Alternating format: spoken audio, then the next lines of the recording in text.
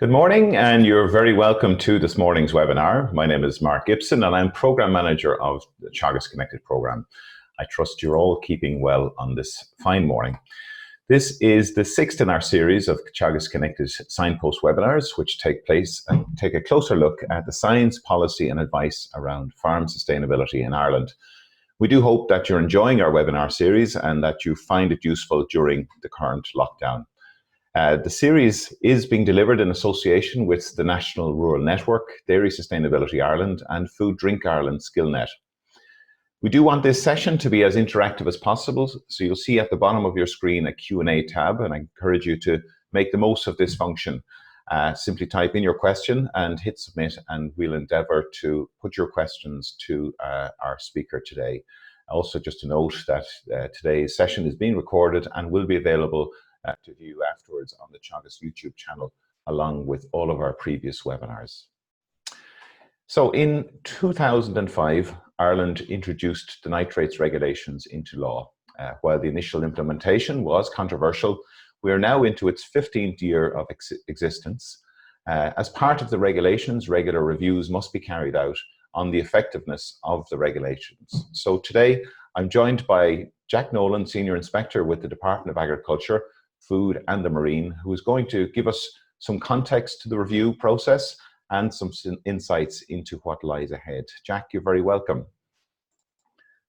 So we'll just unmute you there, Jack. And Jack, can you hear me okay there? Yeah, good morning, Mark. I can hear you perfectly. Right. And we're also joined by Pat Murphy, who is head of the Teagasc Environment Knowledge Transfer Programme. Pat, good morning to you. Good morning. So you're both joining us from Wexford this morning, so hope the weather is fine. Sunny southeast. Sunny southeast. Great. So, so Jack, without further ado, I'm going to ask you to, if you could fire up your presentation there, and really looking forward to your presentation, and we'll do some questions and answers at the end of the session. So if anyone has questions for Jack, if they want to submit them during the presentation, we will endeavour to answer as many of those questions as possible. Okay, thanks, Mark. Good morning, everybody. I have a short presentation that's going to take maybe 25 minutes.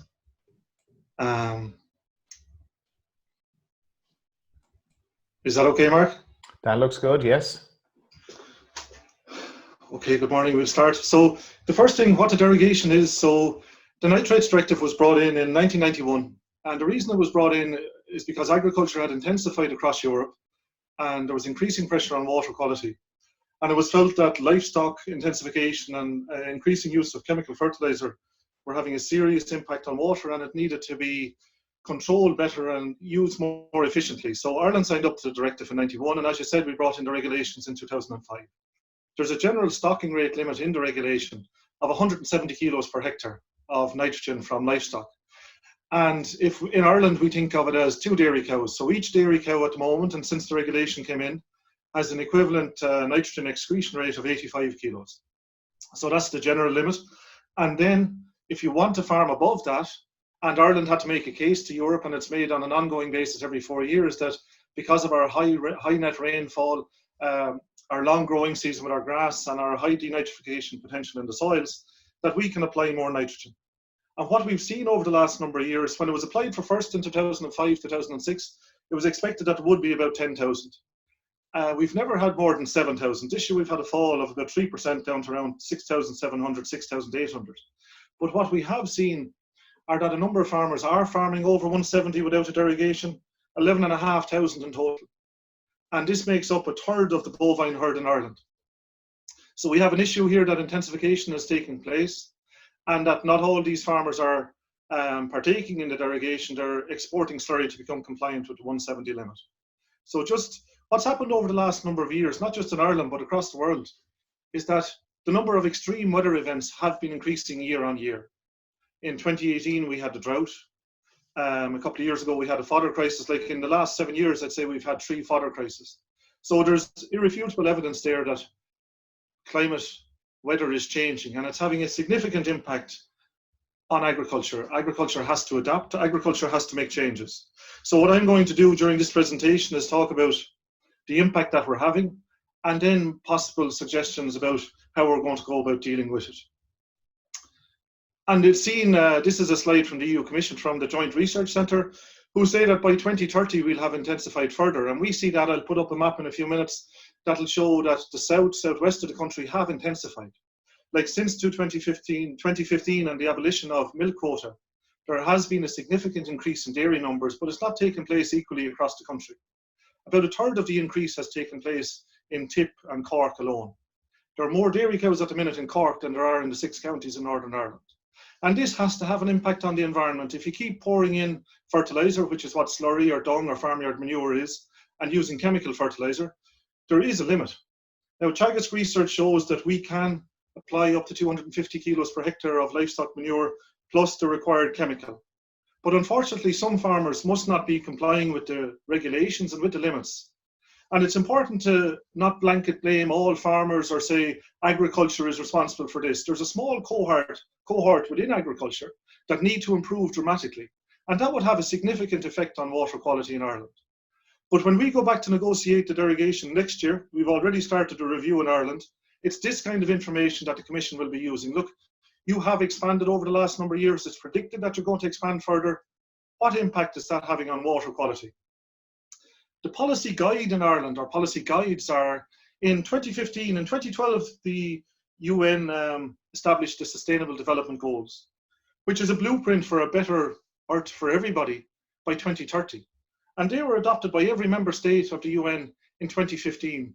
And the Department of Agriculture are lead on a number of these goals. So these are shaping government policy in Ireland. So you can see things like no poverty, zero hunger, life below water and so on, life on land. And agriculture in Ireland makes up 2/3 of the land area. So obviously anything that's done on a farm is going to have an effect on the environment. And that is good and also bad. We must acknowledge all the good things that farmers have done. If you look around the habitat and the landscape of Ireland, parts of it are beautiful. Like you said earlier on, myself and Pat are in Wexford, I live beside the sea here. There are beautiful areas of forestry, hedgerows and so on, habitat areas. And then unfortunately, there are some hedgerows that are completely destroyed, or the value of them has been significantly reduced by people going too hard with a hedge cutter. There should be a little bit of room on every farm for at least a couple of white-thorn stocks to grow, for hedgerows maybe to be trimmed every couple of years, and all that will feed in to making a better environment. On the bottom on the right, you see the 6 main messages from the EPA State of the Environment report. And every 4 years, the EPA published this report. And it's really a scorecard on the Irish environment. And you can see there, and the next one is due this year, later on this year. And you can see there the 6 main points. So 7, sorry, environment, health and well-being, climate change, how we implement our legislation. So very good legislation in Ireland. For example, in the nitrates regulations, we deal with nitrogen and phosphorus. And we're one of only about 5 member states to do that. Like most member states don't deal with phosphorus. Sustainable economic activities, community engagement, nature and wild places, and restoring and protecting water quality. And you can see that agriculture is involved in every single one of those. And if we start with the very first one there, environment and health and well-being. Farmers, generally speaking, have very poor health. We're all very aware of safety on farms, and that you're about 6 times more likely to be killed in a farm accident, 6 or 7 times, than in any other industry in Ireland. But you're also about 5 times more likely to get cancer and about 3 times more likely to get heart disease. And this needs to change, because if we're not looking after ourselves as farmers, as an industry, well then the environment, it's just not going to feature at all. So that's the very first thing that needs to be solved, is farmers' health. The department, along with Carlow IT and the HSE, is developing a programme that will be rolled out for agricultural advisors to help them, when they're meeting with farmers, deal with problems around isolation and so on, and deal with things around health, because farmers are often slow. They put everything else in front of their own health. And to me, that's one of the most important things around getting the Irish environment right, is getting farmers' health and safety right. So the department publishes an annual review and outlook every year, and just to the type of people and how much money are farmers making and so on, because sometimes people have an image, or they talk about industrial farming and so on. So this is based on the National Farm Survey from 2018 from Teagasc. And that's a survey, or it's representative of about 78,000 to 80,000 farmers. And you see things here, this pie chart represents farmers that are viable, sustainable and vulnerable.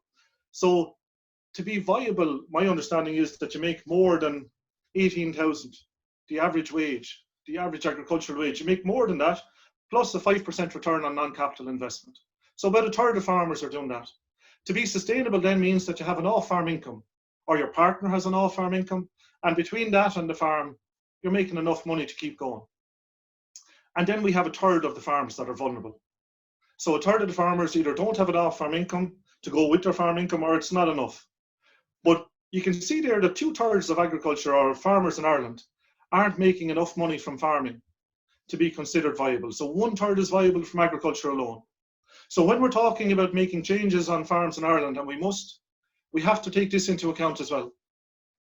And it's often these ones that may be vulnerable or in the sustainable category that are perhaps doing a lot or most for habitats and protection. And there's a lot of space, or there should be a lot of room to improve habitats in Ireland, because the average habitat area, as far as I understand, on intensive farms is only about 7%. And we need to get that up above 10. And that can be done by protecting what we have, improving what we have, and then creating more habitats. So it's not like we're asking people to go out and take out productive land from agriculture. We're saying, look, you have a hedgerow there, everybody has landscape features, you have a small area to farm maybe that's not as productive as others, maybe go a bit easier with the fertilizer on that, graze it a bit later. Farmers know where these areas are themselves. Because even late trimming or rotational trimming of hedgerows will make a huge difference to biodiversity. On the right-hand side then, you see the type of farmer, or sorry, the age profile of farmers that apply to the Department of Agriculture every year. And the average age is around 55, which is the same across Europe. We have a very small number of young farmers coming in, and we have 10,000 farmers over the age of 80. Now, sometimes people say, look, that's not really real. It's people that hold on to a hectare, or they're setting land, or the land is still in their name, or the herd number is still in their name, and so on. But it is true that we have a disproportionate number of farmers above the age of 65 compared to the average workforce out there. And I think you're about 30 times more likely to be killed on a farm when you're over the age of 65 than in any other area of work in Ireland. So it's something we need to take account of as well. We often don't talk enough about soil.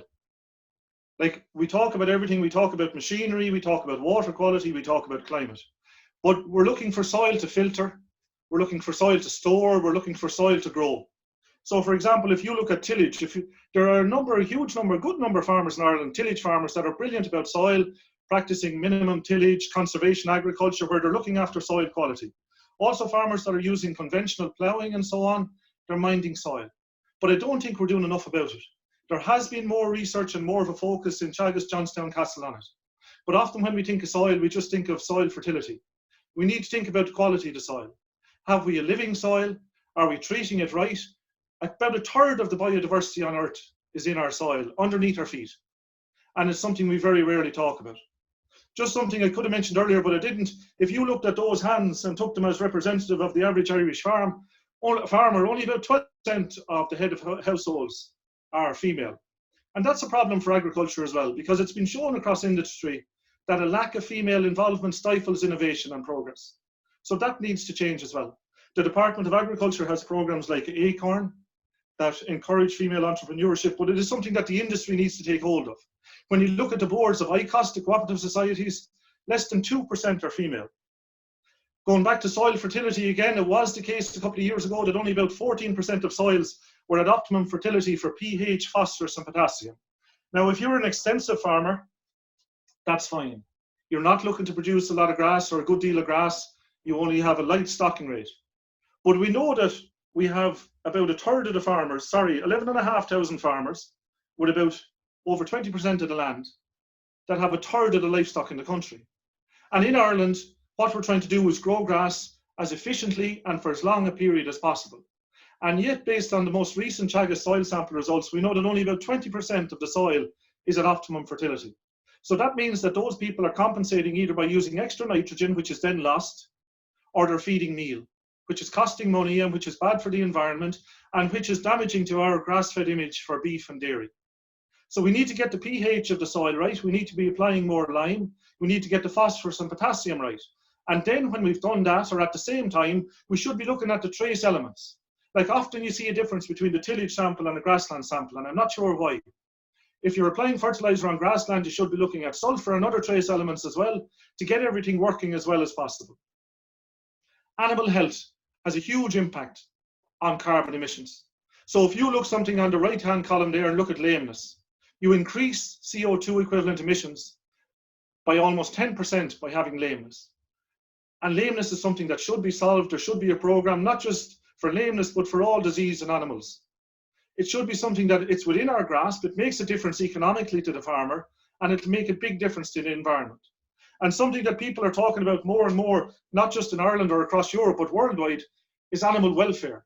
So not just that animals are being looked after, but that they're actually content.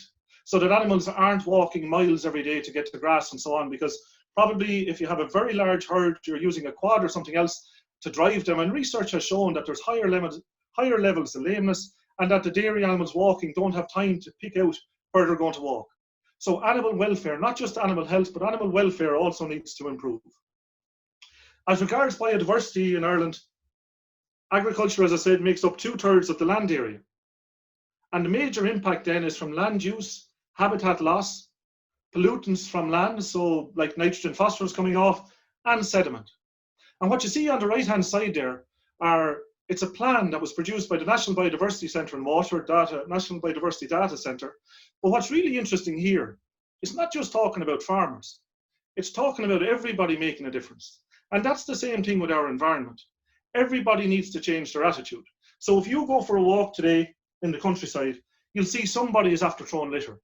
Like during the lockdown, people have been very good. They haven't traveled a long way, but there's still litter on country roads. Why is that? Why is food so cheap today? Today, we only spend about 14% of our household income on food. 25 years ago, we used to spend 28% of our income on food. So food has been devalued, and farmers are trying to produce more and more to make the same or reducing income.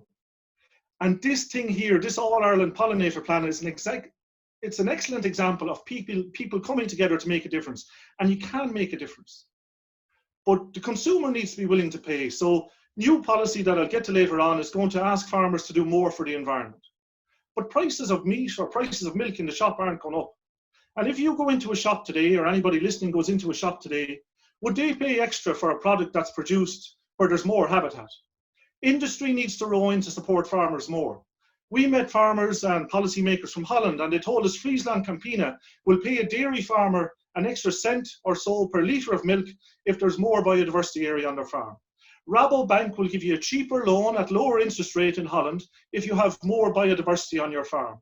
So that's how industry can support farmers, and consumer can support farmers to make a difference. But it needs to support it, because everybody talks about CAP, and I'll get to CAP in a few minutes. But CAP on its own is not enough to cause the change that we need to see. As regards water quality, which is what we're talking about with the derogation, but everything is going to be considered and is considered, we can see if you look at the orange catchments, this is information from the EPA. So if you look at the map of Ireland on the right-hand side, the orange catchments are the catchments where there's high risk of loss from nitrogen from agriculture to water, and with an impact then on the estuaries that they're draining into.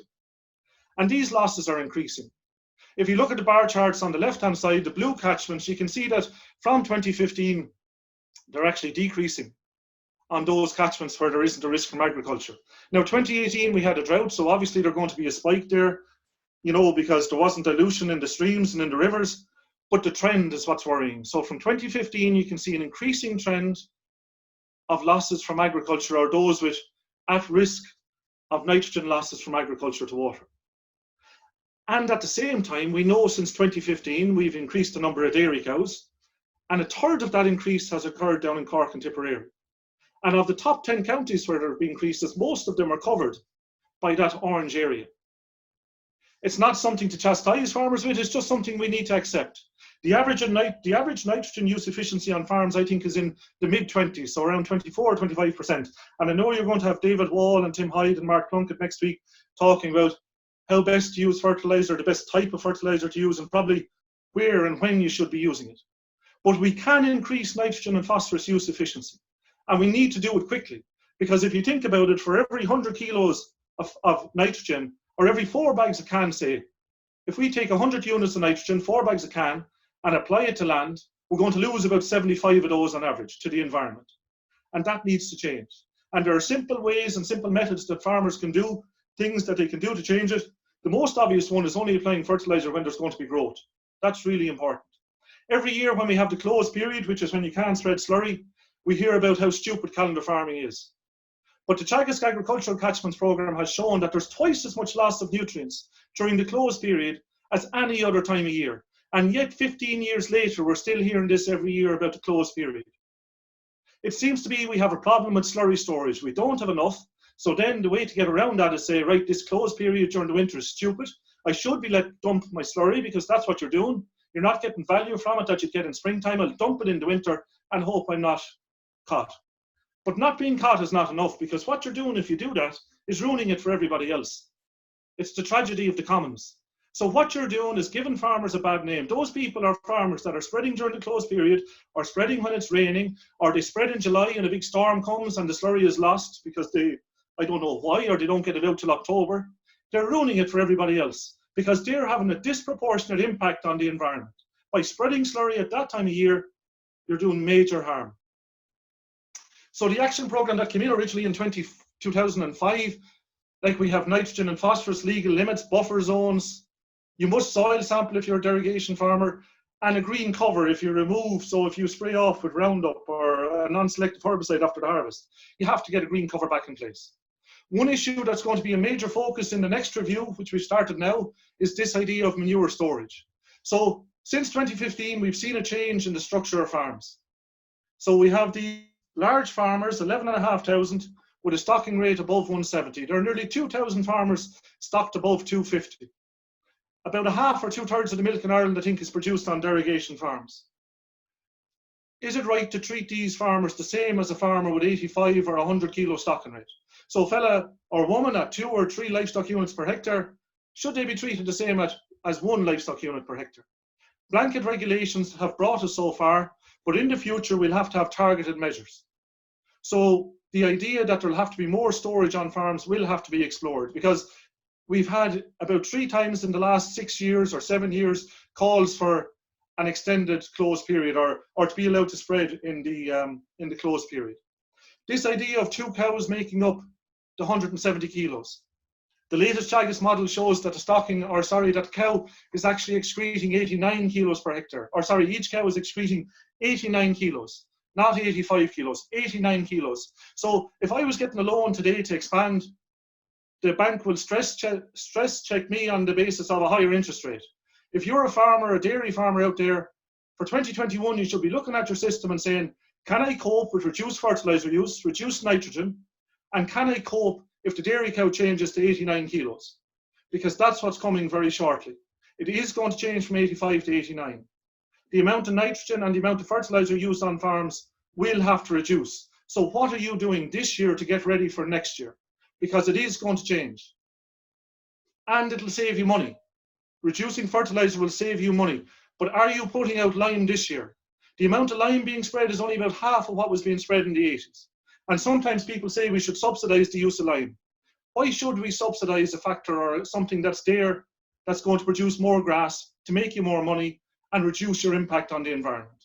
It doesn't seem to make sense. There are other things out there that can and should be supported, like habitats and so on, but the use of lime is something that farmers should be doing to get the best from their land, to improve their soil function, and to get nitrogen and phosphorus working as well as they can. In 2019, there was a derogation review, and compulsory use of lime was introduced for derogation farmers. So from this year on, if you're in the derogation, you must use lime. You must use low emission equipment. And from next year, we'll be saying, hopefully, we'll reduce the amount of chemical nitrogen on your farm because you're using low emission equipment. And people say, look, I'll use the splash plate in January, February, March, April, and I'll use the low emission equipment later on. But that's not good enough. There was one day this year where it was 18.5 degrees in April, and someone down close to me was spreading slurry. They were doing the right thing, they were getting slurry out in springtime, but Irish weather is very variable. We could get a day in July where it's not 18.5 degrees. 18.5 degrees in April, you get huge losses of ammonia. So low emission equipment is mandatory on derogation farms. For these people that are exporting slurry in the near future, they will have to use low emission equipment as well. The photo in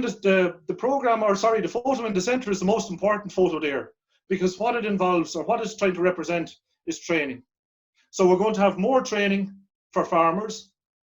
We will be talking more to advisors and researchers about training, the training that's needed for advisors, and advisors have freely open to it that they need more training, because since CAP came in, a lot of advisors' time is taken up filling forms rather than giving technical advice.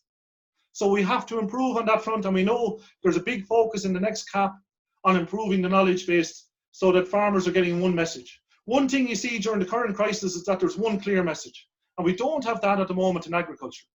Some advisors focus on farms, some focus on technical advice, some focus on expanding. And where is the environment of that, or is there time for the environment at all? We need to look at the education that farmers are receiving. We need to look at the education that agricultural science graduates are receiving. Does it talk enough about working in harmony with the environment? Are we talking enough about soil, biodiversity, water quality, climate? That there's a good understanding there, that people are clear on what they're being asked to do. If you're a derogation farmer and you're reseeding, you must include clover. There's potential to save between 80 and 100 kilos of nitrogen per hectare by using clover. And you must measure grass, or participate in a group to learn how to measure grass, because we know that average production in Ireland, 7 to 8 tons of grass per hectare. Some of the best farmers are producing up 12, 14 tons. So that's where we need to get to. We want to improve this. We're saying all the time it's our major asset. We want to get the best use possible from it. You also must undertake a biodiversity measure if you're a derogation farm, which won't impact hugely on your business. Things like rotational cutting of hedgerows, or letting a white-thorn scout grow every couple of 100 meters. But it does, you're going to be more aware of it.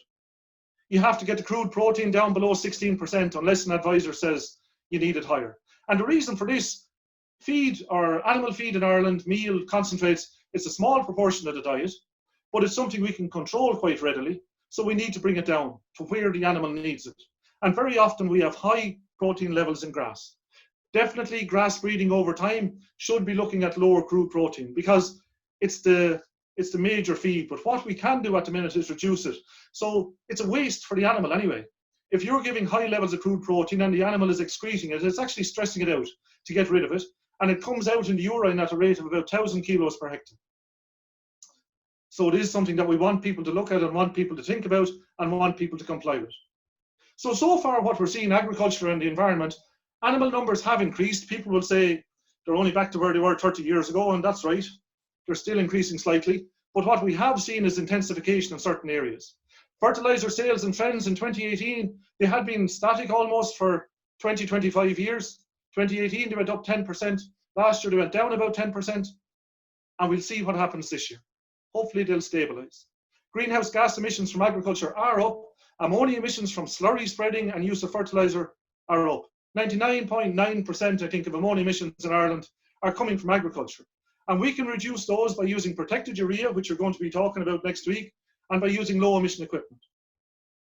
Biodiversity, when checks are done on habitats around Ireland on protected areas, biodiversity in Ireland is in decline. Water quality is in decline. What are we doing as regards soil health?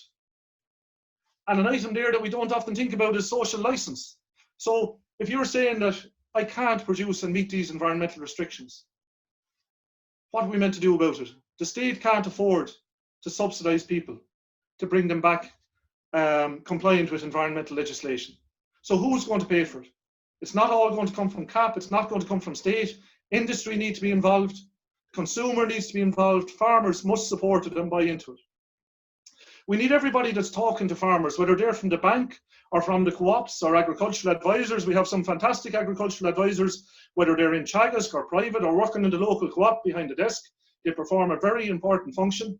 But what message are they giving to farmers? And they truly believe that we need to change practice to improve our environment.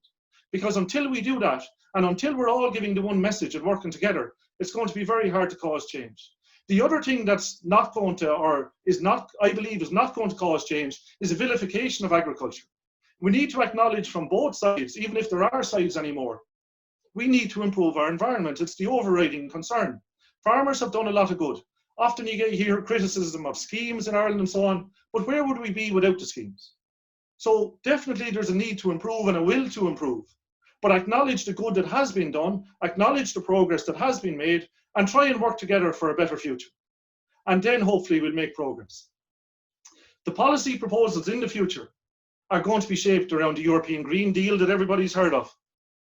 Like, I know CAP is being reformed at the moment, and by 2023, for the next 2 years, we're going to have transitional regulations probably. And I'm not sure what's going to be there, what measures will be there. They're being discussed at the moment, but nothing is agreed. The budget isn't agreed. We know that there's huge pressure on the CAP budget from Brexit, now from the crisis that we have through the coronavirus. But the farm to fork is the agricultural part of the European Green Deal. And that's aiming to change the way we farm in Europe. The draft biodiversity strategy was released at the start of this week.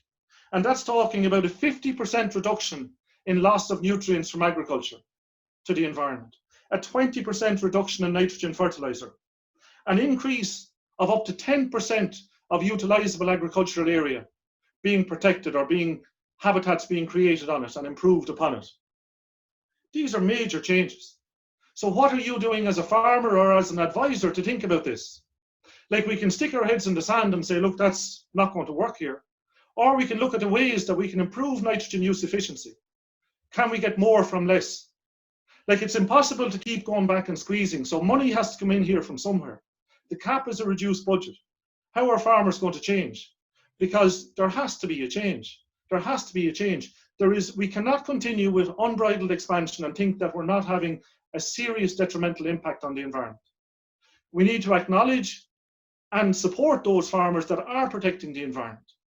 But that money is going to have to come in from a number of sources. Over the next couple of months, farm to fork and what's going to happen and the timescale within it will become clearer. In Ireland at the moment, we're reviewing the Department of Housing are responsible for water quality legislation, and the River Basin Management Plan, which is the implementation of the Water Framework Directive, is being reviewed. And that's also looking at agriculture and looking at the figures from the EPA that I showed you earlier and saying, look, what's happening here? Like, we've been working together for a good number of years. There's a very good relationship between the EPA, the Advisory Service, Department of Housing, other government departments, and agriculture. We're working together, and yet the environment isn't improving. What's wrong? Do we need more regulation? Do we need to look at housing? So we need industry to buy in. We need the farm organisations to buy in to support it, so that the message to farmers is clear. We're going to work to resolve this together. So just in conclusion, if you don't remember anything else from today, reduce the amount of nitrogen on your farm. See, can you save a couple of units on every round? If you're applying nitrogen in springtime, are you getting growth from it? Is it just because the neighbour is doing it or because you're reading it in the paper? Only apply nitrogen where and when it's going to be effective and you get most value from it. Collaboration is key across our whole sector. I'm part of the sector, so are you. If you're here today, you're part of the sector. We need to work together and to bring in more and increase the level of understanding that we all have of each aspect of finance, of the habitats, of the welfare of animals, and so on. We need to collaborate. And finally, I'd ask you all to stay healthy. Particularly at this time, it's the most important thing. It's what I identified from the EPA slide. Farmers need to be encouraged to stay healthy and to look after themselves. Thank you very much, Mark. That's me. Thank you very much, Jack. Really thought-provoking presentation there, and might I add, a lot of common sense included as well. Well done, and thanks for that. Jack, we're getting lots and lots of questions here about your thought-provoking presentation. Just to kick things off here, we have a question here asking about, you know, the benefits of hedgerows and the importance of allowing them to grow and develop properly. Will the next CAP stop penalising farmers for doing this and instead reward us for its carbon sequestration and biodiversity? And I imagine that extends to these ineligible areas as well, where there seems to be some contradictions there in the policy. And maybe, you look, that's sometimes a general issue with CAP, that we do see these contradictions throughout and sometimes lose sight of the main principles and objectives when we get down to the nitty-gritty of the legislation. Yeah, there's a real problem there between Pillar 1 and Pillar 2 at the moment, where Pillar 1, which is direct payments, says you must have the land clean. Now, it does make allowances, and if you look at the basic payment scheme terms and conditions, it will show you that things have changed. You know, it should be clear to farmers that not every area needs to be cleaned off with a HIMAC, but definitely there's a fear there that areas that we're trying to support in Pillar 2 aren't supported in Pillar 1. So people often bring up the area of eligibility. So I get an inspection today, I'm told that the overgrown area in the corner that's ineligible and going to be penalised. Our own minister, the Minister for Agriculture, brought that up at the Council of Ministers last June and said in the next CAP we have to do something about eligibility. In the current CAP, what we've done, there's no problem with not cutting your hedgerows on a rotational basis. There's no problem with only topping a hedgerow. So I wouldn't agree that we're forcing people to make the box-shaped hedges that you see in some parts of the country. There is room for hedgerows there, but definitely more needs to be done around eligibility. And hopefully it will be done in the future. This year it came up with the Agricultural Sustainability Support and Advisory Programme, which is a joint programme between housing, agriculture, Teagasc and industry, where we have water advisors, free advisors on the ground supporting farmers, that if areas of the farm are identified, and these are set aside or margins let grow bigger, specifically for the purpose of water quality, well then they will remain eligible. And that's where we know we need to go more in the future. But even recently, an article on the paper clarifying that you don't have to spray rushes every year to keep the land eligible. Once there's evidence of agricultural activity, that's okay, because we have a real problem with MCPA in water. And the more testing that we do, or that the EPA do, the more problems we find with pesticides. And you see these notices and the public are starting to wonder what's wrong. But I agree with the person that asked the question, we need to do more about it. However, straight away this year, don't cut your hedges. Leave it till next January, February. You don't have to be out cutting your ditches as soon as the open period starts on the 1st of September. And you won't be penalised for that. Sure, I know. And look, we've been working with the agricultural contractors on areas like that. And I agree with you wholeheartedly that we need a whole system approach to this. Just a question for you, Jack. I mean, is there, based on your points about the opportunities for collaboration, is there a need for greater collaboration at a national level? I mean, is there scope there for some, working group with all of the interested parties to really focus on these issues? I know there are some groups there. Yeah, there are a lot of groups there. For example, there's a CAP consultative committee at the minute that's made up the farm organisations, environmental NGOs, Teagasc, private advisory, industry and so on. For the food-wise implementation, there's a high-level implementation committee that has involvement of the EPA and so on. I think it's going to take a whole of government approach. We have a very strong relationship with the Department of Housing, the EPA, yourselves, private advisors, and industry. And that needs to be fostered and developed further. I'd say ASAP is the start of it. But we need to look at ASAP and see, right, what's been achieved here. Has it achieved anything? And yes, it has, and hopefully the results will prove that. But then it needs more support and financial support, not just lip service saying we think it's a great idea. And where is that money going to come from?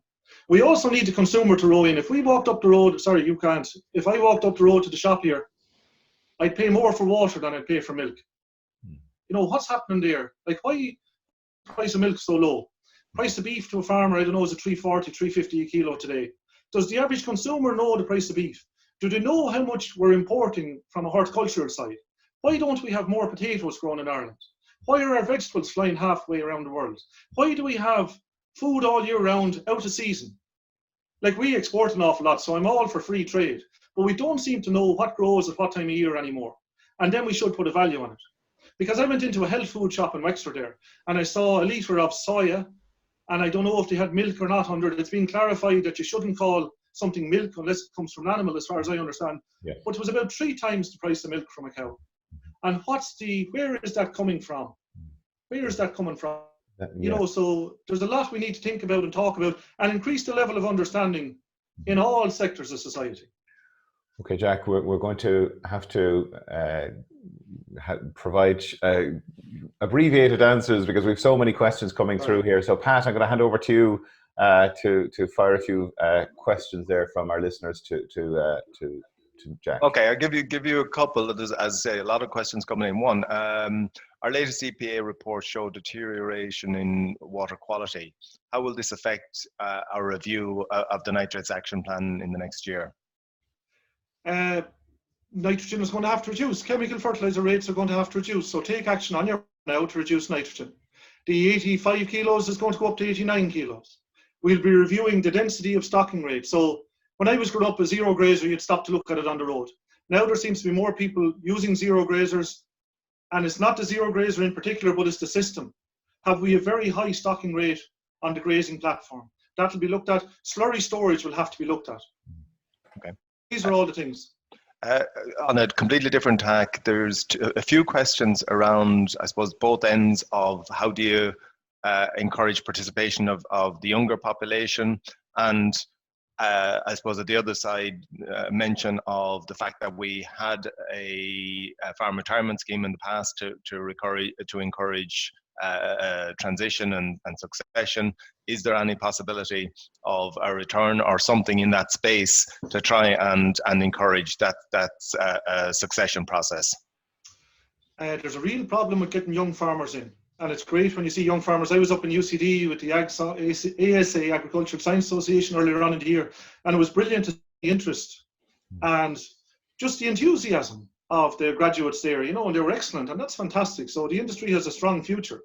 As regards the bringing in an early retirement scheme, Commissioner Hogan was already clear there wouldn't be. And it's a shame, the previous early retirement scheme said you had to stop farming altogether, and that was extremely problematic. Like when you look at the age profile, and there's a lot of experience there to be lost. So it's not going to come through CAP, but is there something there that, say, co-ops could do? Could co-ops encourage, you know, farmers to come on? Because currently it's done through, say, tax laws. So it's very attractive to lease land, for example. But it's not going to come through CAP. So I'd look out to industry and see what can industry do about it. Sorry, just one point to make earlier on. When you said policy, Mark, when you said, do we need a national group? We need to line up and have a coherent policy, whether that's in tax, environment, or wherever. Mm-hmm. So the whole government approach does need to be aligned, so to give them one clear message. Okay, a couple of other questions around the change from 89 from 85 to 89. Yeah. One was, is that going to come into place next year, or what's the timeline on that? And the second one was, is there going to be an equivalent increase in all other categories of livestock as well? So the 85 kilos is based on where you're looking at the nitrogen in, nitrogen out, and average milk produced. And over the past 20 years, average milk production has increased in Ireland per cow. So it's not a 1 kilo in, 1 kilo out, but there isn't that efficiency in the middle. So the more you produce, the more you're actually losing. So whether it'll be in next year or not, I'm not 100% certain. If I was a farmer sitting here today watching this, I'd be planning for next year that it will be in, because who knows what's going to happen. I genuinely can't give you 100%, but you should be planning on the basis that it would be in, and change your operation or make plans for it. On other livestock, we're told there hasn't been such significant changes, but they will be part of the review as well. So we'll be looking at everything, because we do know there are issues there around things like poultry manure, for example, where the level of nitrogen in it needs to be reviewed.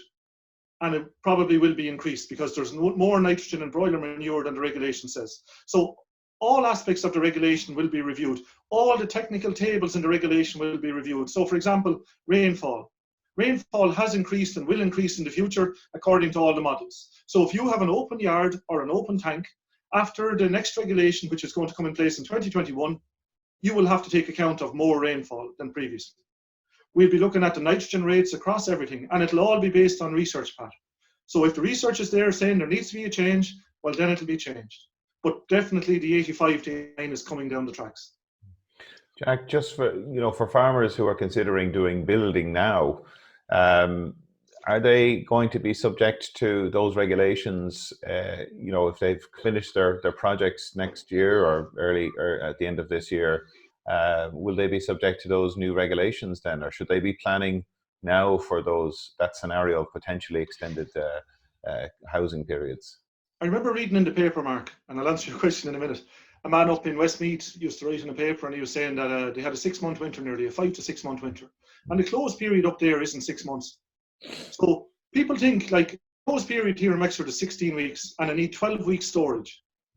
Nobody should think they can get away with 12 weeks. What they should say is, look, this is the minimum required in the regulation. However, there are years there where I mightn't get out in January, and I don't want to be ringing a contractor with an umbilical system to spread it, because I know he's not going to track the land and he can travel where I won't travel with a tanker. So what you should do is look at the legal minimum and then look around you and say, well, this is what's happening here. And you'll be granted to get that slurry storage. Thanks, Jack. Jack, just I suppose a couple of tricky questions in here, and I'm going to give them to you. What does 3 in 1? Will the department conduct an audit stroke inspections of exporting recipient farms that submitted forms for slurry export over the past number of months? That's the first part of a question. You stated the number of farmers seeking derogation are down. Will DAFM inspect farms that were previously sought derogation but have opted out this year? And the final part of it is a 1% penalty on farms' direct payment, enough sanction for those in breach of regulation. Some tough questions there. Yeah, but the good ones. The good ones. So the department does 12 to 1,500 inspections for local authorities every year, and yeah, they'll be in the risk criteria. So if you're at a high stocking rate and you're exporting slurry, maybe you're 100%, and who's to say you're not? But if you're exporting slurry to come down to the 170 limit, you're only meant to be using 6 bags of character. Whereas where you're in the derogation, you can use 8, 7.5 or 8, depending on your stocking rate. So how are you growing the grass to feed these animals at the high stocking rate? Maybe you're super efficient and you're doing it. These will be included. They definitely will be included. And in the future, there will be more requirements of these highly stocked farmers that don't avail of the derogation. The other part of this is, if you're a pig farmer or a poultry farmer, you're subject to IPPC license. And not many, but there are some very intensive farms in Ireland that have gone over, like we think of the average farm now, maybe 100 cows would be an average farmer. You know, it's grown significantly, or is it 80? I don't know, but definitely 100 cows is common. But say if you have 3, 4, or 500 cows, are you an average farmer? And should you be treated the same as somebody with 100 cows, or should you have different requirements? That's something we're going to look at as well. And I'm sorry, Pat, I can't remember the third question. Well, the third was in relation to penalties. That is the 1% of your direct payment enough of a penalty? That depends on who you are and how dependent you are on it. Like if you're a young farmer and you're trying to expand, 1% could mean an awful lot to you. But you see, if we talk about penalties, we're not going to change behaviour. If I go out for a walk this evening with my children, I'll put on a high-vis jacket. Because it's part of the culture now, we've had behavioural change. And we need behavioural change here. Penalties are only part of the solution, but they're not all the solution.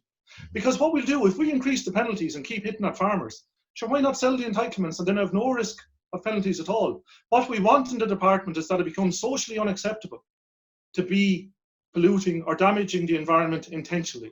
And I think there are very few farmers that are doing that, but we want the culture to change, and regulation is only a part of that. So we need to support farmers in change, work with them, and then the ones that are blatantly causing problems, definitely penalties should be there. But that's only part of the solution.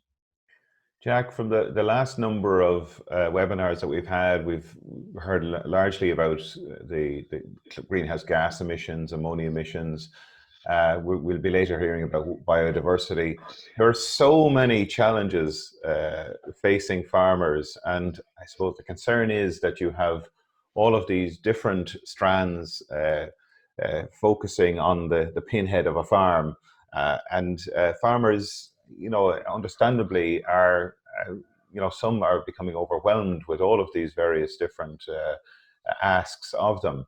And it was a conference there we had last year, and one of the participants, you know, they talked about this, and they said, look, is there an opportunity for greater support from the wider industry to help farmers to comply with all of these different regulations? Do you have any thoughts on that, Jack? Yeah, I think it's a really good point. Like if I was going up to a pitch now to mark a fella, say I was cornerback or fullback, I'm given clear instructions, and they don't tell me what the corner forward is going to do. There's an awful lot coming in at farmers. But the simplest way to look at this is, look, I have a lovely environment. We're in a good place. Like if we went over to Holland today, I said earlier on, the biodiversity strategy is going to look for 10% of an area, UA8, to go towards biodiversity. Go to Holland, and there's nothing there, or very little there. Look around you here, look out the window after this. We're starting from a good place. From a farmer's point of view, what you need to think of, every time you put on a spinner or buy fertilizer, or ring a contractor hopefully to do it, because normally it's been done very accurately with a contractor with a GPS system, that I'm getting the most value for money. I'm only putting it out when the crop is growing. I'm only going to put it where it's needed, and I'm going to put out the right amounts on fertile soil. If you just did that, everything else will flourish. We'll have a huge impact on the environment by just doing that. The other thing is, ask whoever you get with the hedge cutter, or if you own one yourself, lift it a foot. Keep out a foot, just a foot and a half. Give it a chance. You don't have to prove that you're a perfect, clean, spotless person by destroying hedgerows and making them into grassy banks. It's a shame to see it. Like when you go picking blackberries, if you go picking blackberries, you'll see If you have a grassy bank, there's no blackberries. We have room for a few blackberries to grow. We don't have to take on, you don't have to understand everything. My own head gets fried with all the stuff going on. Start with simple things, make a few small changes, look around the yard, are there a couple of things I can do? Are all the chutes on the shed working? Or is the water flowing into a tank, which means I've more to store, more slurry to spread? There are a few little changes I can make. When you see all the bags being made, the round bales of silage being made, are they being made because they're being needed, or because we're putting out so much nitrogen that we're getting excess growth that now we have to bale? So what is the plan here? Can we look at the nitrogen? Like, you hear people have problem with nitrates in the silage. Like, should we be cutting back a little bit? If you have poor quality silage this year or last year, have you planned for this year about how you're going to make it better? Because even by doing that, you're changing your business, you're saving money, you're protecting the environment, because you're going to buy less meal next winter because you have better quality silage. So improve your farming practice. Improve your farming practices, you'll benefit the environment. Take small steps, but we need to keep improving. You can never stay static. We need to keep improving, no matter what walk of life you're in. We have to keep improving and adapting. Climate change, environment, and so on, and farming is just the same. Okay, Jack, just a couple of questions. One common theme coming through actually is great presentation. We've seen that a lot in the comments coming through. But thank you. One question there. You briefly mentioned greenhouse gas emissions. Do you see it posing similar challenges in the future as nitrates, or I suppose do we need to integrate our policy in relation to both greenhouse gases and water quality? We're working on integrating our policy, Pat. Water will be, you see, because we have to review the nitrates every 4 years, water is more immediate, and biodiversity. But climate is there for a long time. We need to start making changes today to protect the climate. But the changes we make to protect or to change greenhouse gases will impact on water quality and biodiversity and ammonia. Get the soil fertility right, protect the habitats, work on the hedgerows. And hopefully then in the future, we will be paying people for storing carbon in these hedgerows, like the farm in Devonish have done. They've analysed it and said, right, there's carbon here, we're carbon neutral. Wouldn't that be a great marketing tool if we could have certain farmers that are carbon neutral getting extra money for their milk, getting extra money for their beef, getting extra money for their lamb? Because that's where we want to get to ultimately. Another question, Jack. When it comes to water quality, derogation farms, you've focused a lot on them. But I suppose this is a comment, a lot.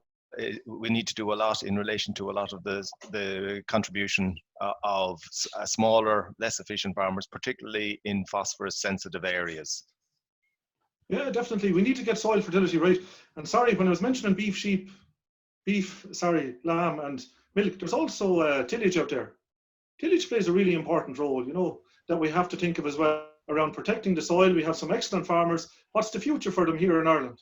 Like a couple of weeks ago, lads got a text saying, your malt and barley price or your contract is going to be cut now because we don't need it. We're always telling them to get into a premium market. Like, can we pay farmers extra for doing more for the environment? Is there a market there for that? I agree. This is not just those farmers that are intensive. This is all farmers. Every farmer has an impact, and every farmer can make a change on their farm that will improve and protect the environment. And that comes through an increased level of understanding and a social acceptability that it's the right thing to do. It has to be seen as the right thing to do. So if I see a slurry tanker on the road in November, I'm thinking, that's wrong. That's not the right thing to do. There used to be an awful lot of people doing backyard burning, for plastic and rid of rubbish and all. It's very seldom now because it's unacceptable. And we need to be the same. That just needs to grow out, that every farmer is thinking this is the right thing to do. And they're doing it not because they think someone like me is going to come along and do an inspection, but because they understand this is the right thing to do. Jack, I suppose we don't have much time left, but there's a theme of questions around advice.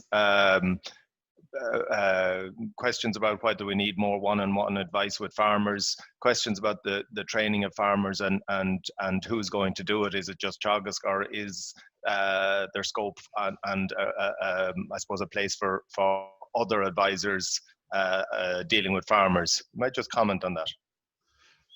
There's scope for everybody in the industry to share knowledge. There was a survey a couple of years ago that showed that the people that farmers pay most attention to obviously are their family and then the agricultural advisors. And way down at the bottom comes regulators like me.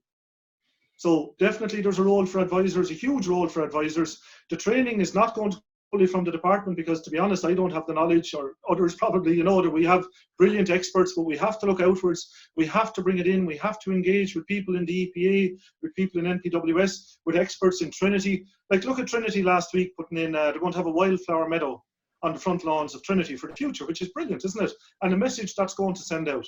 So we have to engage with experts across the city and bring them in to talk with farmers. And that's what's really important. These are not knowledge transfer sessions. You're sharing knowledge with farmers, and farmers are sharing knowledge with you. Because if I walk onto a farm today, the farmer knows a lot more about that land than me or you. And we have to acknowledge that, take it into account, and then agree with that farmer what are the right solutions on that farm that are going to make a difference. Jack, I know a number of years ago there were discussions about the location of derogation farms, particularly in more sensitive areas. Do you foresee that that is going to be a factor in your discussions around the next review? Yeah, definitely. Last year we were asked by DG Environment, so DG is the same as department here, Director General Environment, and what impact is the derogation having on habitats in Ireland? Should we be doing an appropriate assessment? Like, if I wanted to put up a plant here, a cement plant or something, or smaller industry, and I'm going to have an impact on the environment, I have to do what's called an appropriate assessment under the Habitats Directive. I think it's Article 6. And people are saying to us, well, did you do that for the derogation? And yes, we did. We did an environmental assessment. We'll have to do another one next year. It'll be ongoing. And that'll have to assess, look, if you're going to lose 75% of the nitrogen that you're going to apply, and you're going to damage the water quality and reduce it, and you're not going to make changes, like, is that acceptable? So definitely appropriate assessment of the derogation is something that's important and will be done. And Jack, just a couple of final questions there around, slurry spreading ban, splash plate. Are we going to see a date for the end of splash plate for everyone? Is that coming? Well, what'll be done, Mark, is that it'll be assumed that you're using low emission equipment. So you can work away with the splash plate if you're on a certain farm, perhaps, but your chemical allowance will be reduced. So, and just that's really important around the allowance, because I worked as a farm advisor and I've worked, as a rep, different things.